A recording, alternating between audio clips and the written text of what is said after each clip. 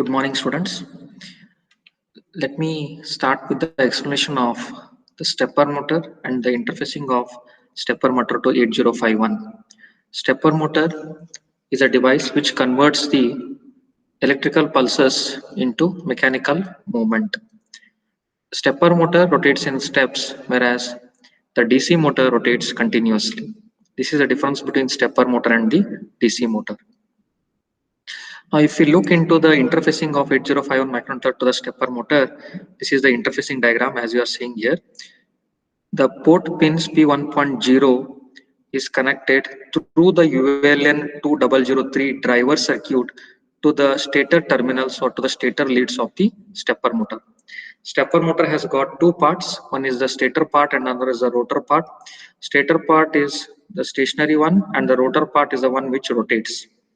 Right now, the output of the pins, that is a high or a 1 is stored on the, that is stator leads. So if a high or 1 is stored on the stator leads, then it is making the it is electromagnetizing that lead, right?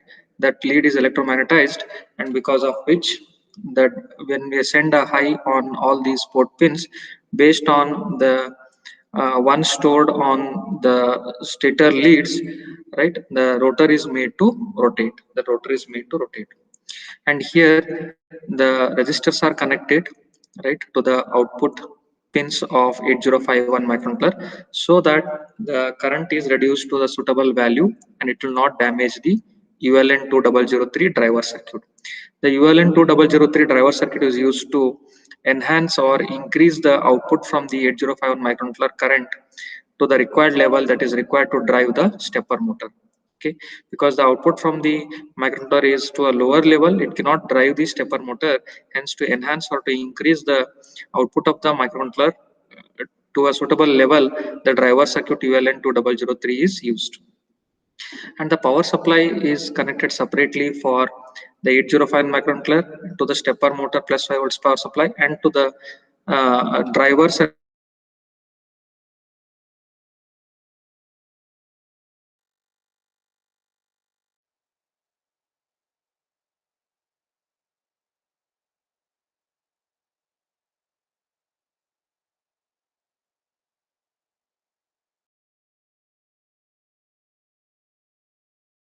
plus 5 separate power 8051 port, that is P1.0 to P1.3.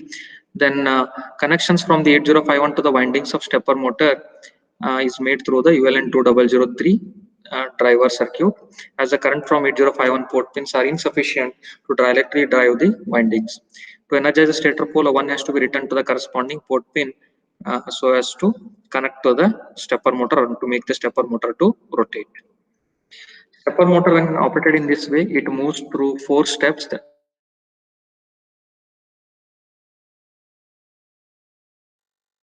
Complete one motion, it has passed through 4 steps, and each step will be of 90 degrees. So this is called as 4-step sequence. 4-step sequence of the stepper motor. A stepper motor of such type is called a 4-step stepper motor. And then what is excitation sequence? The order or sequence in which the windings are energized. The order or the sequence in which the windings are energized is called as the excitation sequence. Okay. This is the 4-step sequence of stepper motor. As we can see here, only coil A is energized. Then in the step 2, coil B is energized. Step 3, coil C is energized. And in the last step, coil D is energized. So here in 4 steps, each coil will be energized per step, and hence we are getting the clockwise rotation of the stepper motor. If you want the stepper motor to rotate in the opposite direction, then we have to provide the reverse sequence. That is, first energize coil D, then coil C, coil B, and then finally coil A.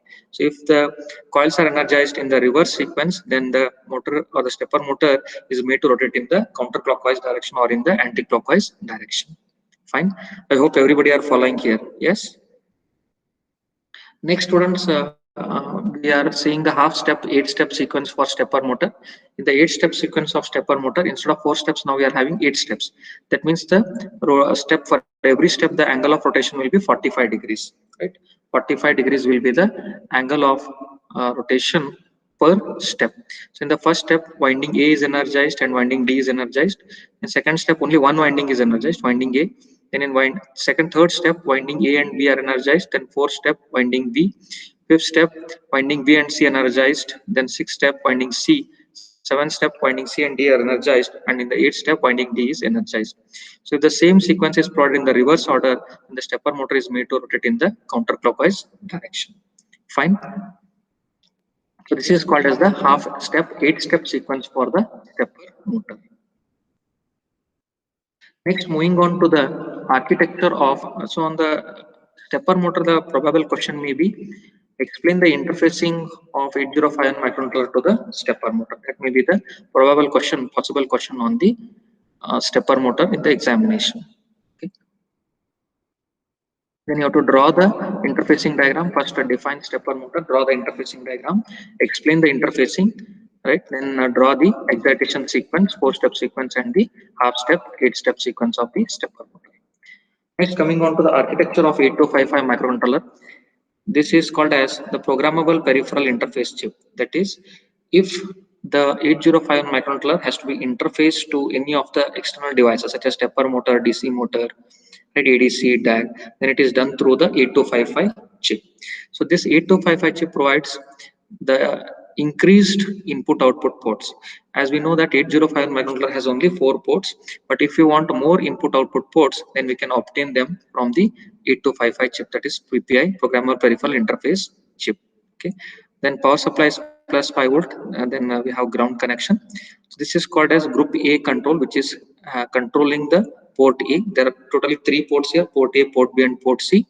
Port C is split into 2: port C upper and port C lower. So group A is controlling port A and it is controlling port C upper.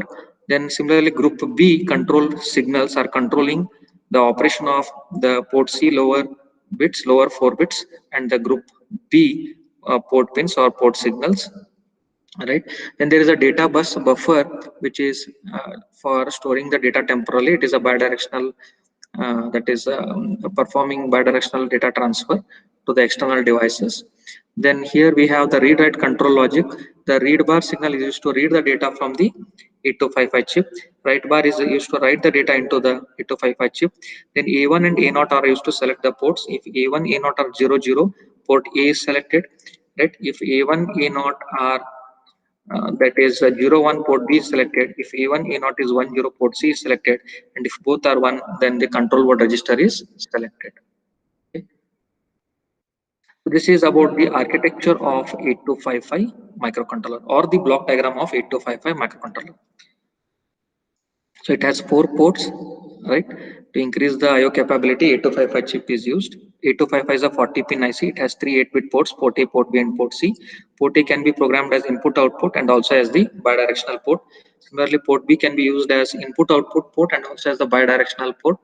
Port C, as I told, it is split into 2 ports: port C upper, that is PC7 to PC4, and port C lower, that is PC3 to PC0. And each can be used as input-output port. The port C can be programmed to transfer data under various conditions. Right? It can be used for simple I/O data transfer or for the interrupt input-output data transfer. Right? 8255 can be used in 2 modes. It operates in 2 modes. One is the bit set reset mode. It is called as BSR mode. Another one is called as the input-output mode.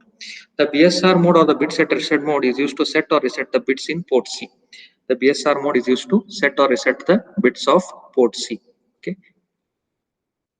So these are the 3 input-output modes in which the 8255 performs its operation. Mode 0, it is basic input-output mode.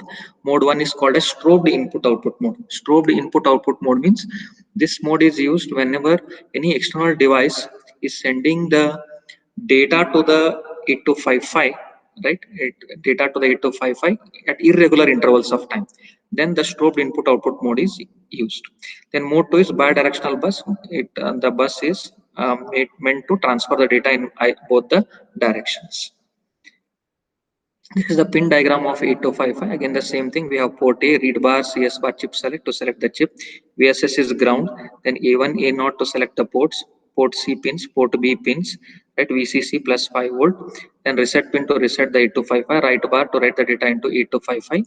The same is explained in the slide diagram. It is a functional block diagram. Functional block diagram is, it's a brief description of the various pins of the 8255. 8255 is a 40-pin IC. Okay, so your D0 to D7, read bar, write bar, A1, A0, reset, CS bar, VCC, port B, port C lower, port C upper, then port A pins. Okay. Then this is the control load format of a bit set reset mode. If this bit set reset mode is 0 here, right? These are the don't care bits. It is a 8-bit register. That control load format of BSR bit set reset mode.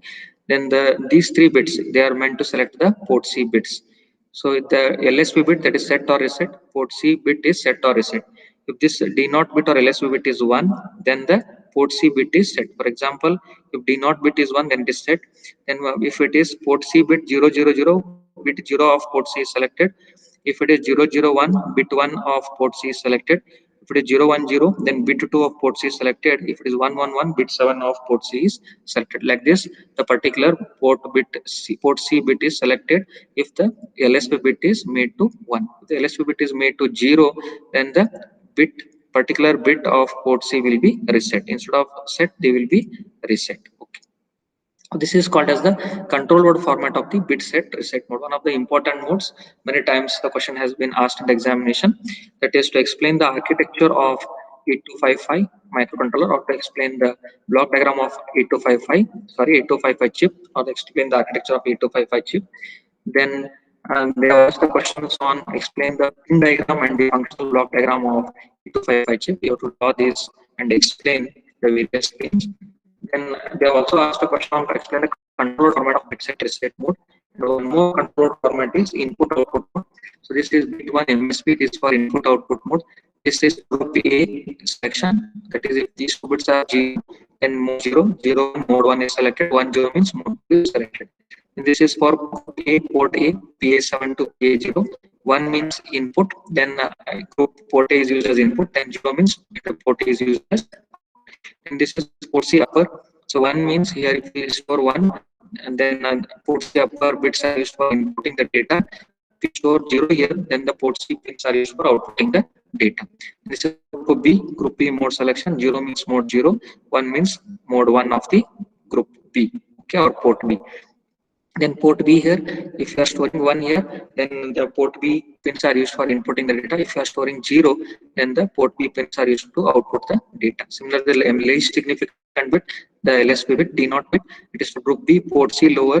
So if we are storing 1 here, that means we are the port C lower pins or lower bits PC3 to PC0. Right, of the 8-bit port C register is used for inputting the data. If we store 0 here, then the PC3 to PC0 are used for outputting the data. So students, in today's class, we have discussed about the stepper motor, like interfacing of 8051 microcontroller to stepper motor, excitation sequence, 4-step sequence of stepper motor, half-step, 8-step sequence of stepper motor. The architecture or block diagram of 8255 is called as PPI chip. In short, PPI full form is Programmable Peripheral Interface Chip. The need for 8255 chip, right? Then diagram and functional block diagram of 8255, 8255 port selection. Finally, the control load format of bit set reset mode and the control load format for the input output mode. Okay. I hope everybody have understood. If there are any questions on the topic that I discussed today, please send your questions to me. I'll answer to your questions. Thank you.